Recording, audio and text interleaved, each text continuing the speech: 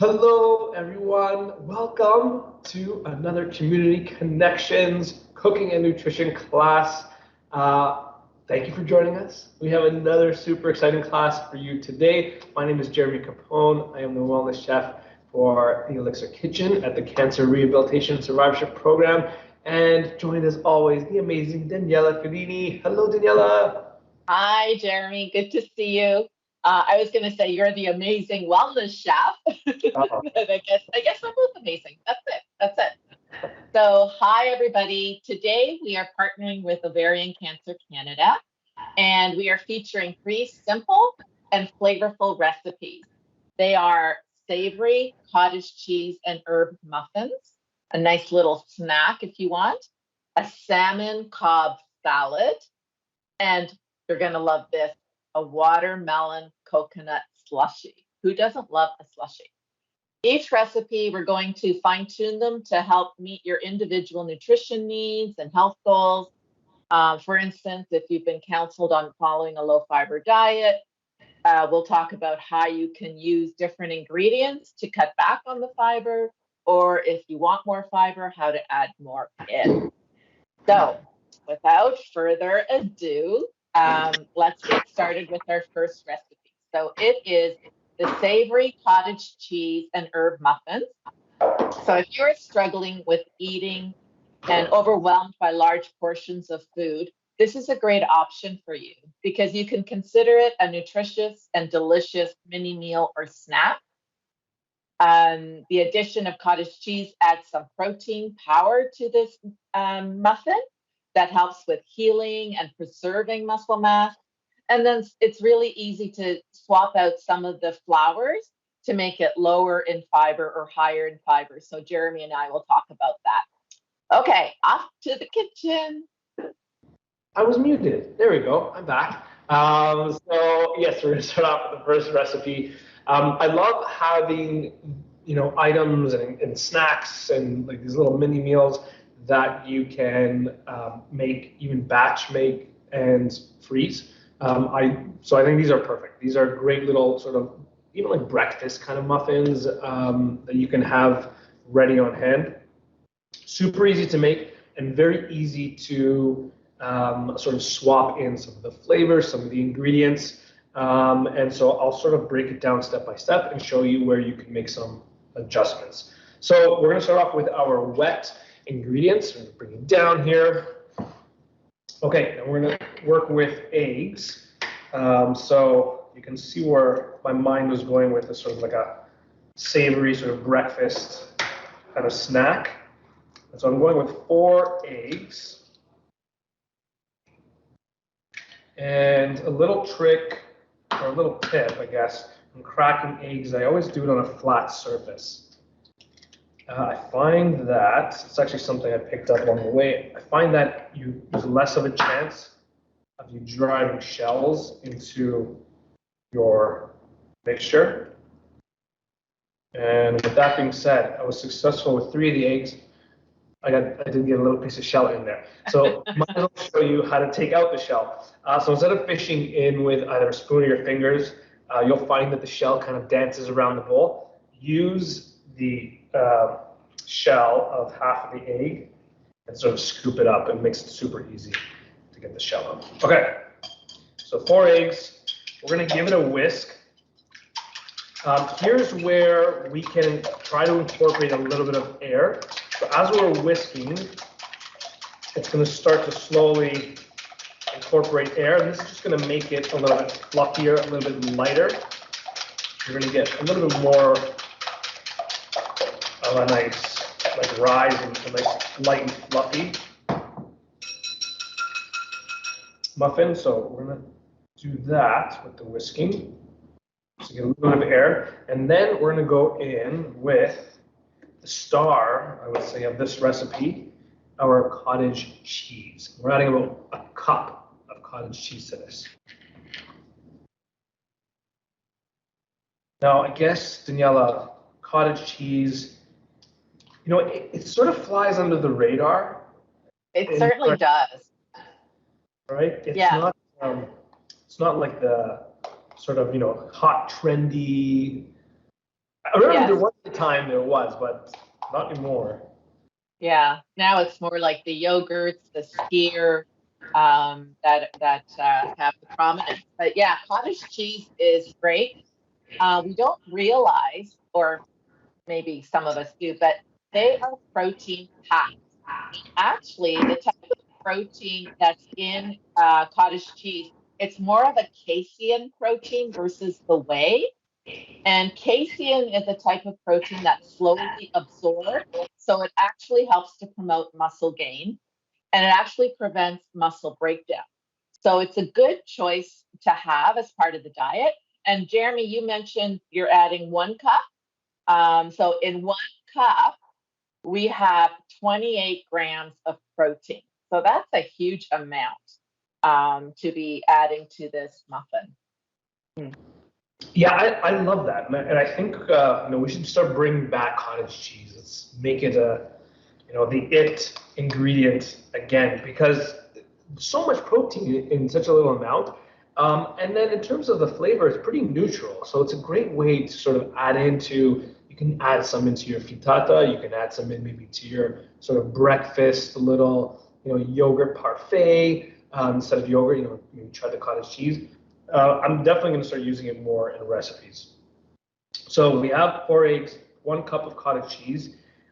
Here is where we can start to add our flavors. You can add whatever you like. I love adding a little bit of sharp cheese if you have it. This is optional, but this is going to sort of punch up the flavor. Like I said, like cottage cheese, wonderful ingredient, not the most exciting in terms of flavor. It's not going to dance on your taste buds, but we can sort of punch that up a little bit with a little, quarter cup, just half a cup, maybe even of a sharper cheese. You can use a Parmesan cheese or a sharp cheddar. This I have a Manchego cheese, which I had in the fridge. So we're gonna grate a little bit of that in there. And then other great ways to add some more flavor, some dried herbs, some dried spices. I'm going with this sort of savory herb uh, flavor profile. So I'm actually going to add a little bit of onion powder and a little bit of garlic powder. Okay, and these are just in their powdered form. So about a tablespoon of each. That's going to incorporate easily to this. And it's good that you're using the powder format. For some people, if they're having some GI distress, the gas from actual onions or garlic might be an issue. So the powder might provide a little less of that. Good choice. And then just about half a teaspoon of salt in there. And then we're going to go with some herbs. Again, I guess depending, Daniela, like on your needs, you can go with a little bit of like a dried herb, or if you are okay with, a heavier amount of herbs, then, go for whatever fresh herbs you like. Parsley would be fantastic in this, chives, basil, dill. You can mix up a few if you want. I had a little bit of cilantro in the fridge and I had some parsley. So I mixed them together. But again, and I'm adding a cup to this. So I'm definitely a little heavier with the flavor. But you can adjust as you need. And that's it for the wet and my sort of flavor enhancements. So I'll gently sort of stir together. Now, this is really, if I'm going to work it to mix everything together properly, do it at this point before we start adding the flours or flour, because I don't want to overwork it once I add the flour. So I'm going to do most of my mixing now.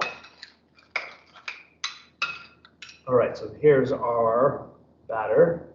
Good. Looks beautiful.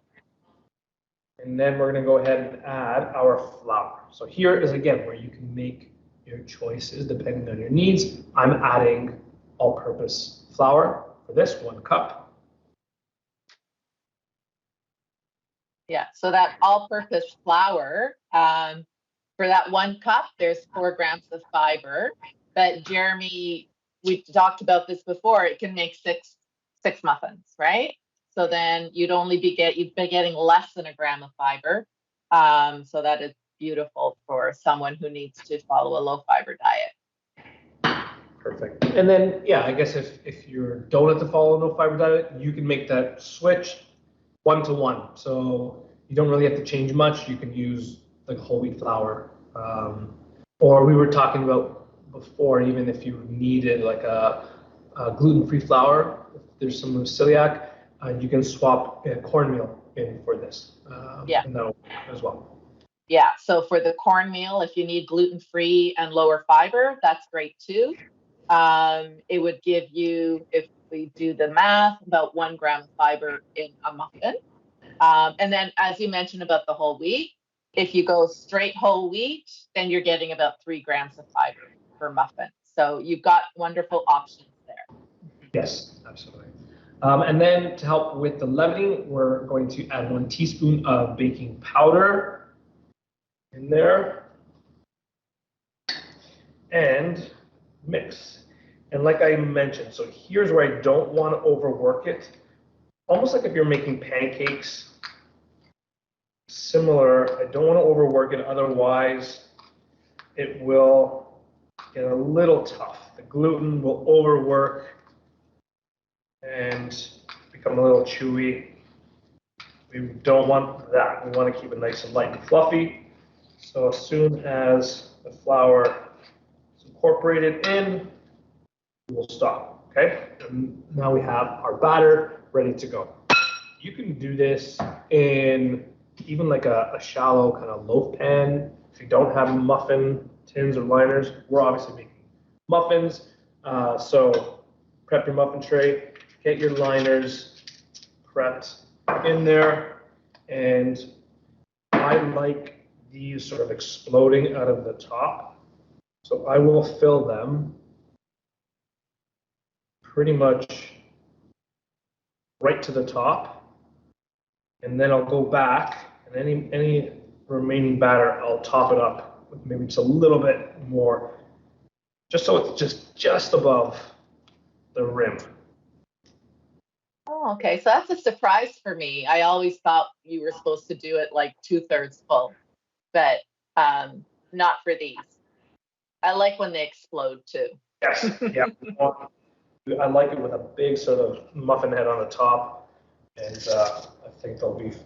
I mean, you can do it that way too. I think presentation-wise, they look really good, sort of coming right out of the paper there. The other thing we talked about is, some people can't tolerate lactose. And yes, cottage cheese does have lactose, but in this day and age, you can actually find a number of different varieties of lactose-free cottage cheese. So keep that in mind. It's not something you have to avoid from your diet. You can just switch over to using the lactose-free cottage cheese and see if that works for you. Yeah, and that'll work just as well in the recipe. You don't really have to modify anything at that point. So these are, I guess, medium-sized muffin papers, but they'll make about 6 large muffins. Or if you're doing medium ones, you might be able to squeeze like 8 out of there. And then if you're doing the small ones, they'll make about 12 or so. Okay, so right to the top and just a little bit above, just like that. And what I'll do is I'll give it a little tap, just so it settles into the paper and into the oven. 400 degrees for about 25 to 30 minutes. In that range, you're going to see some really nice caramelization on the outside. And then when you take them out, just do a test with a knife just to make sure it comes up clean inside. Okay, so these go in. And I guess with the magic of television. No, we have to wait 25 minutes now. So, oh, no. No. 1, 2, 3, 4, 5. Okay, I see there's 6, so you didn't eat one. Oh, they look gorgeous. Yeah, one was missing. I did make 7. You made 7? just for quality control, of course. But here they are. I love, again, you can see the way how they kind of explode right out of the top. And you have this like really nice sort of crust on the outside. They're delicious, fantastic. The thing I will note, I've had questions before, how do you prevent the muffins from sticking to the liners, which can happen for sure. It usually tends to stick more if you have a batter that has a higher sugar content. So usually like a sweeter sort of muffin batter, that caramelization will stick to the paper, which in this case, we don't have to worry about that, but you'll also get that if you have a very low fat content in your muffins, they will tend to stick. And these in particular are a little lower on the fat side. I mean, other than some coming from your egg, maybe a little bit coming from the cottage cheese. We didn't add any oil or butter to this, so there, you do get a little bit of sticking. You can help to prevent that if you do like a pan spray in the muffin tin. You can kind of pre-grease them, or they have, I think, like really good like non-stick papers as well. Otherwise, I think it's just part of the fun. But I'm gonna go ahead, maybe I'll cut into one of these. I want to see what the inside looks like. I was always told about tunnels in my muffins. Yes. So let me see there. Yep, I see them. Little cavities. They're really, really good. Really tasty, nice and fluffy and light. Like they're not heavy at all. And the cottage cheese just gives it this really nice airy sort of feeling. But they're fantastic. And these are great. You can freeze them. And then, if you need a quick little sort of breakfast or snack on the go, you pull them out, microwave, or heat them in the oven, and you have it ready to go. So this would be a great batch cooking recipe. You can double it up, triple it up if you need to. But there you have it, our savory cottage cheese and herb muffins. Gorgeous, gorgeous. And you answered my question. I was going to ask if you could freeze them, because sometimes that's really helpful, especially if you're coming to the hospital and you want to bring something with you. You probably can just take it out of the freezer, put it in a baggie. By noon, it will have defrosted, right? That'll be great. Absolutely, yeah. Great recipe to freeze for sure.